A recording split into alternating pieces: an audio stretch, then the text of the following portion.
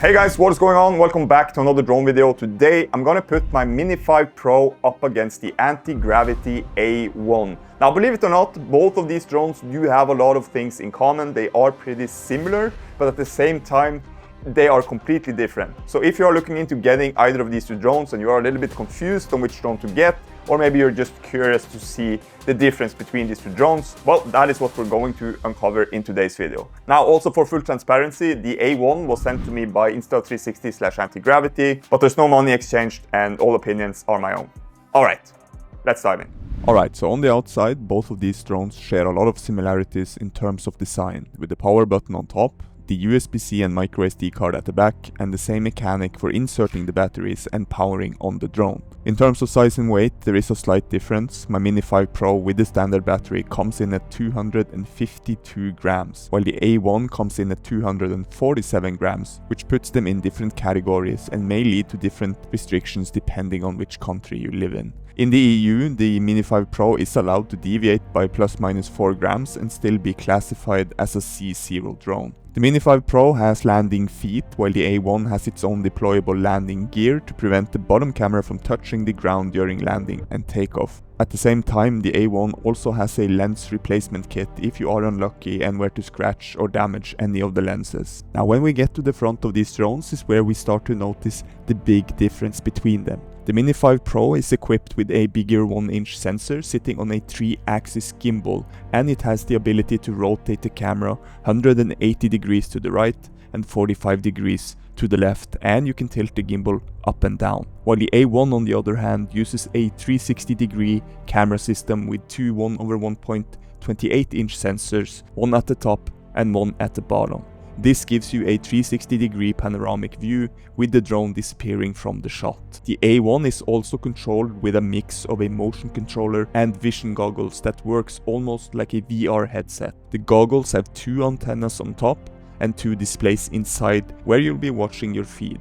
And the goggles are also powered by an external battery that you hang around your neck. The left side display of the goggles has a touchpad for operations, while the right display shows things like firmware updates and animations, but the cool part is that you can have other people watch your flight perspective on this screen while you're flying. The Mini 5 Pro on the other hand uses more of a standard remote controller such as the RC2, the more expensive RC Pro 2, or you can use the RCN3 and use your phone as a display. Which brings me over to the flying experience, because this is where we really start to see what separates these two drones. So as mentioned, when you fly the A1, you put on the goggles and you see inside the goggles what you're capturing.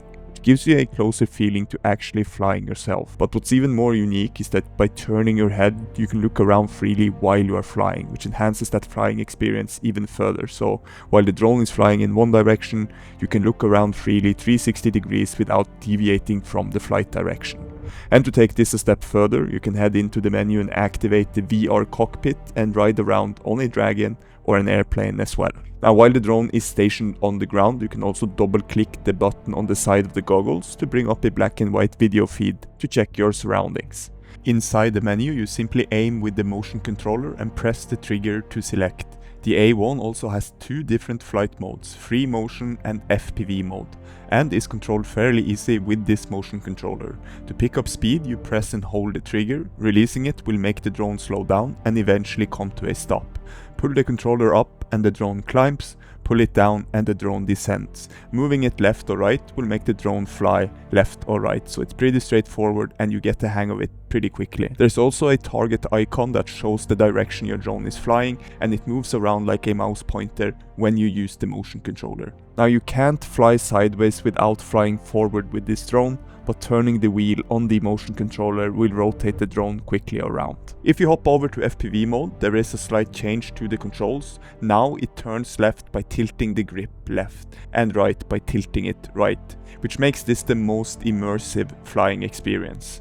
The Mini 5 Pro is controlled in a more classical way, where you use the sticks to perform different maneuvers and capture more standard drone shots. With the Mini 5 Pro and a standard controller, you also have the option to fly backwards or perform backward maneuver shots and fly sideways without needing to move forward at the same time, which is not possible on the A1. The Mini 5 Pro, with its ability to rotate and tilt the gimbal, will give you a bit of creative freedom, and you will also get true vertical shooting for social media. The Mini 5 Pro also uses a single lens, so what you see on the controller is what you are capturing. Now the A1, on the other hand, with its 2 cameras and 360-degree capture, gives you a ton of creativity in post using the app, so you can basically reframe the shot however you like. You can look around freely during playback, find the optimal framing, and then export it and play it back like a normal video. To give you an example, you can simply fly forward, add a couple of keyframes, and all of a sudden you have a sideways dolly shot.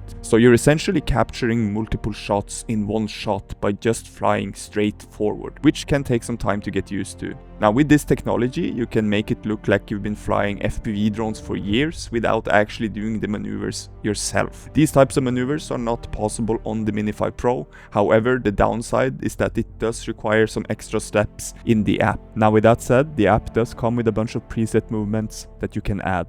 Now it's not all rainbows and sunshine though, because if you want a traditional flat recording like the Mini 5 Pro produces, you have to reframe every clip in post. Now with that said, it is fairly easy to do this with the auto edit and tracking features in the app, but it's still an extra step if you want that flat shot. The A1 does not have a single lens mode, which means only 360 recordings are possible, and since reframing is basically a big crop of the 360 image, even though you may be shooting in 8K, after reframing you're more or less looking at a final resolution around 2.7K, which brings me over to the actual image quality of these two drones. The A1 can shoot 8K up to 30 frames per second. With the A1 you also get a much wider field of view that gives you that action camera look with that distortion to the image. The Mini 5 Pro on the other hand comes equipped with a larger 1-inch sensor and a longer focal length that gives you a much narrower field of view, and at the same time it lets you get much closer to objects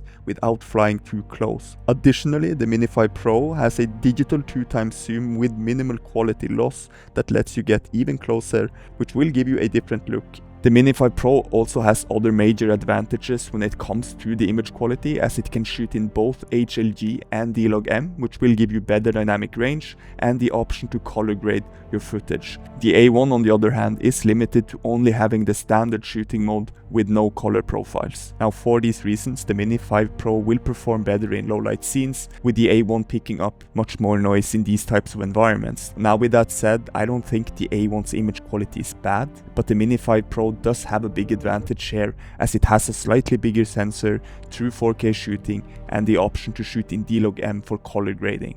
Now both drones can shoot slow motion, and with the Mini 5 Pro you can shoot up to 4K 120 frames per second and 240 frames per second 1080p for extreme slow motion. The A1 is also capable of slow motion up to 4K 100 frames per second, but again here it won't be true 4K due to the reframing in post. Now the same goes for photography. Both drones can shoot RAW. The Mini 5 Pro can shoot up to 50 megapixels, while the A1 can shoot up to 55 megapixels, but the same trade-off applies here. The A1 spreads its resolution across the entire 360 sphere, so you are effectively working with much less resolution. The Mini 5 Pro can also shoot vertical photos using the full sensor. Now for the features, they are pretty similar. Both have a return to home function that will activate when your battery is low or when you lose connection with the drone, with the A1 also having its own launching pad that the drone will automatically detect when you're landing. Both drones also come with intelligent flight modes with tracking features, with DJI having the Mini 5 Pro heavily improved in this area. However, I wouldn't say the A1 is a typical drone you would use for tracking yourself or other subjects, but at least it's there. They both also have the capability to set up a pre-flight route where you select different positions in the air and then the drone will fly that route automatically. They also have automated movements for maneuvers that can be challenging to do manually, where you choose your movement, select the subject or object, and then the drone will perform that movement for you. Both drones are also equipped with an obstacle avoidance system, with the Mini 5 Pro having obstacle detection in every direction and a LiDAR sensor at the front, which makes obstacle avoidance more reliable, especially during nighttime flights, while the A1 only has vision sensors at the front and bottom. However, with that said, as mentioned earlier, you can't fly backwards with the A1, so the sensors that are there make sense. They both also have Cine, normal and sports mode for different speeds, and the top speed of the Mini 5 Pro is 18 meters a second, while the A1 comes in a bit lower at the max speed of 16 meters a second. The A1 also comes with 20 gigabytes of internal storage, while the Mini 5 Pro has 42 gigabytes of internal storage. The battery life with the standard battery on the A1 is rated for up to 24 minutes, while the Mini 5 Pro standard battery is rated for up to 36 minutes of flight time. Both drones also has a higher capacity battery you can get, but these batteries carries extra weight, which will put both drones way above that 250 gram mark. Now for the vision goggles, you will get around 2 hours of battery life and 4 hours for the motion controller. The vision goggles also comes with approximately 30 gigabytes of internal storage that you can use for watching back the footage you captured. You can also practice in a flight simulator before your first flight, or you can transfer a movie over to watch it back as a big video projector. Now for the app, the A1 comes with a smartphone app and a desktop app for reframing and editing your footage, and both apps are pretty similar to the Insta360 app, so if you're used to that, this will feel like home. The Mini 5 Pro also has a mobile app, the DJI Fly app. Both apps have a bunch of features for auto editing, various templates, and a full editor. But the mobile Antigravity app has a big advantage when it comes to special effects that are intended for 360 recordings. For the Mini 5 Pro, editing flat clips, you don't really need an app, and you can just use a standard editing software like DaVinci Resolve or Premiere Pro. Which brings me over to the conclusion of this video. Alright guys, I'm gonna try and keep this short, and I think I covered the majority of the things in the actual video, but there are one thing I do want to underline a little bit more, and that is that the A1 is a very fun drone to fly. This is probably one of the more fun experiences I've had in terms of flying a drone, but with that said, it's not like it's, you know, crazy fun, but it is fun. Now, when it comes to these two drones, they do serve different use cases, obviously, and the way I see it is that the Mini 5 Pro is more of a storytelling device. So if you're into image quality and you want to color grade your footage, you want something that's good in low light, and you want to have a drone that has very reliable tracking features on top of that, the Mini 5 Pro is the obvious choice. Now, if you want a more fun experience, the A1 is definitely the clear winner of the two. I'm not saying that it's boring to fly the Mini 5 Pro, but obviously you will get a much different experience with this drone. On top of that, if you want to push your creativity, you can use the app to really create some awesome looking shots. And on top of that, again, you also have the vision goggles, which do bring some extra value because you can use them not only to fly the drone, but also, as I mentioned, watch movies back, and you can also fly in a simulator. Now, obviously, there are more things to both of these drones, but I think I covered the majority of them. And if there's something major you feel like I missed, feel free to call me out in the comment section as always. And if you want the A1, you will find it in my description with my affiliate link, and I do appreciate it if you use that link, as that also highly supports the channel.